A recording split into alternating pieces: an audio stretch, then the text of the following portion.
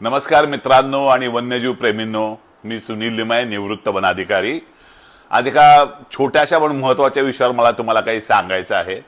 आजकाल बऱ्याच ठिकाणी मी बघतो की वन्य प्राण्यांना खायला देणं, विशेषतः माकडांना खायला देणं। मी जेव्हा कधी कोकणातनं वर घाटाने येत असतो त्या बऱ्याचदा बघतो की माकडांना फुटाणे दे, काही खायला दे, काही लोक तर बिस्किट देतात, पक्ष्यांना काहीतरी खायला घालतात।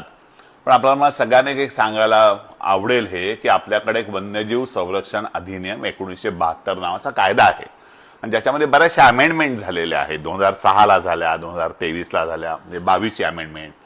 सगळ्यांनी लक्षात ठेवा, वन्य प्राण्याला कुठल्याही प्रकारचं खायला देणं हे बेटिंग या सदरामध्ये येतं आणि ते अजिबात चांगलं नाहीये। वन्य प्राण्यांना काही खायला देऊ नका, त्याला काही गरज नाहीये। उद्याच्या दिवसामध्ये आम्ही सांगतो की पक्ष्यांना पाणी ठेवा, पण पाणी पक्ष्यांना बोलून द्यायचं नाहीये। पाणी घराजवळ ठेवा, पक्षी आले तर ते पिऊन नक्की जातील। खायला देऊ नका त्या सगळ्यांना, कारण का हे योग्य नाही।